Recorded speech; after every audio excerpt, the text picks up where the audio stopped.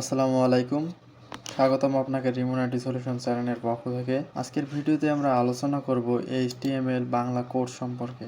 HTML Bangla কোর্সের আজকের এই ভিডিওটি হচ্ছে প্রথম ভিডিও। এই ভিডিওর মাধ্যমে আমরা শুরু করতে যাচ্ছি এইচটিএমএল বাংলা কোর্স। এই কোর্সে যা যা থাকবে সেগুলো হলো ওয়েবসাইট কি, কিভাবে ওয়েবসাইট বানাতে হয় বা বানায়, এবং ওয়েবসাইট বানাতে কি কি প্রয়োজন এই সম্পর্কে একটি ডিটেল ধারণা। বেসিক্যালি আমরা এখানে এইচটিএমএল এর বেসিক ক্লাসগুলো দেখাবো। আপনি একের পর এক ভিডিওতে সম্পূর্ণ এইচটিএমএল এর ট্যাগগুলো দেখতে পারবেন এবং খুব সহজেই শিখে নিতে পারবেন এবং ট্যাগের প্রতি একটা সুন্দর আয়ত্ত নিয়ে আসতে পারবেন, যাতে করে এইচটিএমএল শেখা শেষ করে আপনি প্র্যাকটিসের মাধ্যমে একটি বেসিক লেভেল ওয়েবসাইট তৈরি করতে পারবেন। পরবর্তীতে আমরা অ্যাডভান্স কোর্স নিয়ে আসবো। সেই কোর্সের ভিডিওগুলো হবে সম্পূর্ণ ফ্রি। সেই ভিডিওগুলো দেখার মাধ্যমেও আপনি এইচটিএমএল এর অ্যাডভান্স যে ডিজাইনগুলো আছে বা অ্যাডভান্স যে লেআউট আছে সেগুলো তৈরি করতে পারবেন। আমরা বেসিক্যালি এইচটিএমএল এর বেসিক ক্লাসের পাশাপাশি এখানে সিএসএস শেখাবো।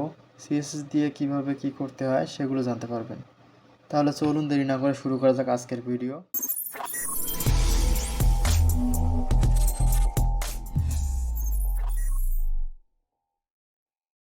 আজকের ভিডিওর মূল টপিক এইচটিএমএল বেসিক কোর্সের বেসিক ক্লাস। বেসিক ক্লাসের প্রথম অংশ হচ্ছে ওয়েবসাইট কি।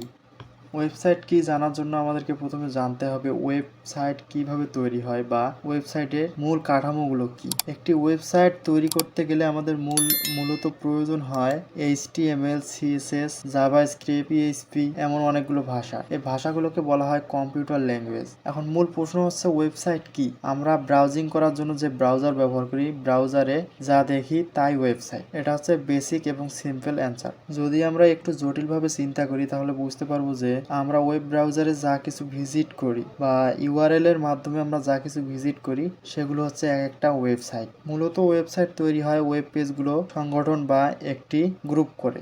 অনেকগুলো ওয়েব পেজ একখানে করলে একটি ওয়েবসাইট হয়, বা একটি ওয়েব পেজ দিয়েও একটি ওয়েবসাইট হয়। তাহলে আমরা বুঝতে পারতেছি যে এক বা একাধিক ওয়েব পেজের সংগঠনকে ওয়েবসাইট বলে। কিভাবে ওয়েবসাইট বানায় এই প্রশ্নের উত্তরে আমরা এখন বলতে পারি ওয়েবসাইট বানানোর জন্য বিভিন্ন রকম ভাষার প্রয়োজন হয়, যেমন এইচটিএমএল, সিএসএস, জাভাস্ক্রিপ্ট এমন ভাষা।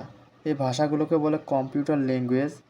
আমরা মূলত আমাদের এই কোর্সে এইচটিএমএল এর বেসিক ভাষাগুলো নিয়ে আলোচনা করব। এর পরের প্রশ্ন হচ্ছে ওয়েবসাইট বানাতে কি কি প্রয়োজন। ওয়েবসাইট বানাতে মূলত অনেকগুলো জিনিসই প্রয়োজন। এর মধ্যে বেসিক যে এবং প্রথমে যে জিনিসটার প্রয়োজন সেটি হচ্ছে একটি ডিভাইস, যেমন একটি মোবাইল ফোন এবং একটি কম্পিউটার দিয়েও ওয়েবসাইট তৈরি করা যায়।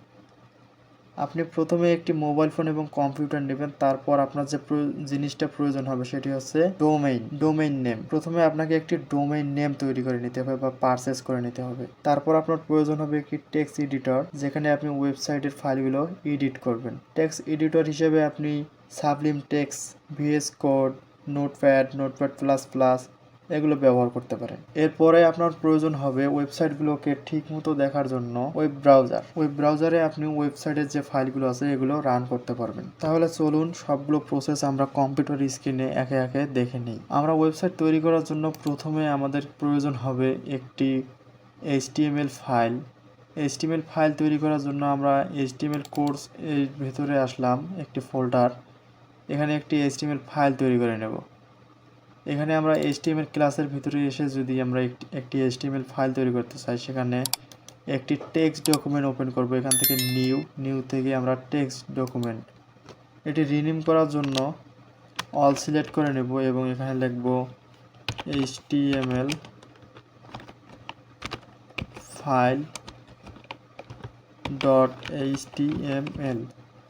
এখানে আমরা এইচটিএমএল ফাইল, এটি হচ্ছে এর নেম বা নাম। এই ফাইলের এক্সটেনশনে দিয়েছি .html। যদি আমরা ওকে করি বা এন্টার করি তাহলে একটি পপ আপ উইন্ডো আসবে। এখান থেকে আমরা ইয়েসে ক্লিক করলে ফাইলটি ওপেন হয়ে যাবে বা ক্রিয়েট হয়ে যাবে। এখন আমরা এই ফাইলটা ওপেন করার জন্য এখানে ডাবল ক্লিক করব, তাহলে ফাইলটি ওপেন হয়ে যাবে এবং এখানে আমরা দেখতে পাচ্ছি যে ফাইলের ভেতরে কোনো রকম ডকুমেন্ট লেখা নাই বা কোনো তথ্য লেখা নাই। শুধু এখানে গেলে দেখতে পারবো যে ফাইলের টাইটেলে দেওয়া আছে html ফাইল .html। আমরা এটা এডিট করার জন্য সিম্পলি ফাইলে রাইট ক্লিক করব এবং এখান থেকে নোটপ্যাডে ওপেন করে নেব। নোটপ্যাডে ওপেন হওয়ার পর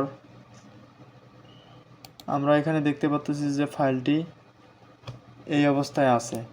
এখানে আমরা HTML ফাইলের ভিতর যদি কোনো কিছু লিখতে যাই তাহলে আমাদেরকে প্রথমে ব্যবহার করতে হয় HTML এর শুরুর ট্যাগ এবং HTML এর শেষের ট্যাগ। আমরা HTML এর শুরুর ট্যাগটি লিখব এইভাবে, ব্র্যাকেট শুরু HTML ব্র্যাকেট শেষ, এবং এখানে লিখব ব্র্যাকেট শুরু স্ল্যাশ HTML ব্র্যাকেট শেষ। এর মাঝে আমরা যতগুলো তথ্য বা লেখা লিখব এগুলো হবে এক একটি HTML এর লাইন বা ট্যাগ। HTML এ বিশেষ কিছু ট্যাগ আছে যে ট্যাগগুলো আমরা ব্যবহার করে বিভিন্ন রকম এলিমেন্ট যোগ করতে পারি, তবে এই ট্যাগগুলোর বাইরে যে ট্যাগগুলো লেখা হয় বা যে ট্যাগ লেখা হোক না কেন সেই ট্যাগগুলো কাজ করবে না। HTML হচ্ছে একটি মার্কআপ ল্যাঙ্গুয়েজ, সেজন্য যে ট্যাগগুলো নির্দিষ্ট করে দেওয়া আছে যে কাজের জন্য সেই ট্যাগেই ব্যবহার করতে হবে। HTML এর পর আমরা যে ট্যাগটি নেব সেটি হচ্ছে হেড ব্র্যাকেট শুরু হেড ব্র্যাকেট শেষ ব্র্যাকেট শুরু হেড ক্লোজ। আমরা হেডের ভিতরে যে ট্যাগটা লিখতে পারি সেটি হচ্ছে টাইটেল ট্যাগ।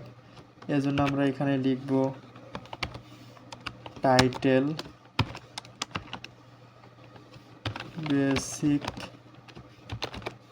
HTML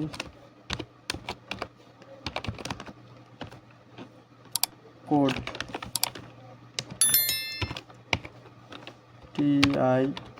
টাইটেল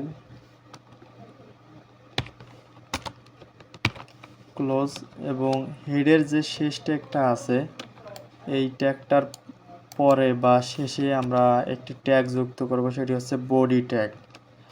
তার আগে আমরা এতটুকু কোডের একটু আউটপুট দেখে আসি যে এই কোডটা কাজ করতেছে কি না। আমরা এখান থেকে জাস্ট সেভে ক্লিক করব এবং ব্রাউজারে গিয়ে যদি রিফ্রেশ করি তাহলে দেখতে পারবো এখানে লেখাটা চেঞ্জ হয়ে যাবে, টাইটেলটা। রিফ্রেশ করার সাথে সাথে দেখতে পাচ্ছেন এখানে লেখাটা চেঞ্জ হচ্ছে, বেসিক HTML কোড লেখাটা চলে এসেছে বা টাইটেলটা চলে এসেছে। এখন আমরা এখানে বডিতে ক্লিক করব বা বডি ট্যাগটি লিখব। বডি লেখার পর বডি ট্যাগটি ক্লোজ করে দিব। এখন আমরা বডির ভিতরে যা কিছু লিখব সেই লেখাগুলো আমরা এখানে দেখতে পারবো। বেসিক্যালি ওয়েবসাইটের বডিতে যা কিছু লেখা হয় সেই লেখাগুলো বা সেই কন্টেন্টগুলো আমরা ওয়েবসাইটে দেখতে পারি শুধুমাত্র টাইটেল ছাড়া।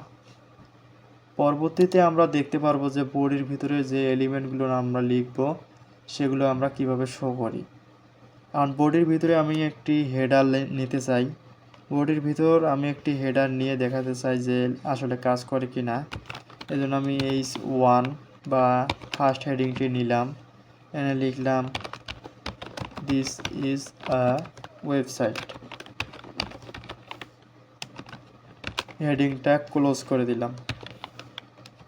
তবে আপনাকে সবসময় মনে রাখতে হবে HTML এর যে ট্যাগগুলো শুরু এবং শেষ আছে সেই ট্যাগগুলো শুরু এবং শেষ ট্যাগ ব্যবহার করতে হবে, এবং HTML এ এমন কিছু ট্যাগ আছে যে ট্যাগগুলো শুরু আছে কিন্তু শেষ নেই, সেই ট্যাগগুলোর শুরুটা ব্যবহার করতে হবে কিন্তু শেষ ব্যবহার করার দরকার নেই। যে ট্যাগগুলো শুরু আছে কিন্তু শেষ নেই সেই ট্যাগগুলোকে ইন্টিজার বা এমটি ট্যাগ বলে।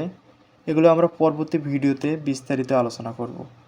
এখন আমরা এই টেক্সটটি লেখার পর যদি ডকুমেন্টটি সেভ করি এবং এখান থেকে ব্রাউজারে গিয়ে রিফ্রেশ করি তাহলে এখানে দেখতে পারবো আমাদের হেডিংটি চলে এসেছে। রিফ্রেশ করার পর এখানে দেখা যাচ্ছে দিস ইজ এ ওয়েবসাইট। এখন যদি আমরা এখানে আরেকটি লাইন অ্যাড করতে চাই, কোডের প্যারাগ্রাফ অ্যাড করতে চাই, প্যারাগ্রাফের জন্য আমরা পি লিখব, লিখে এখানে লিখলাম this is a line of code, P ট্যাগটি শেষ করে দিলাম।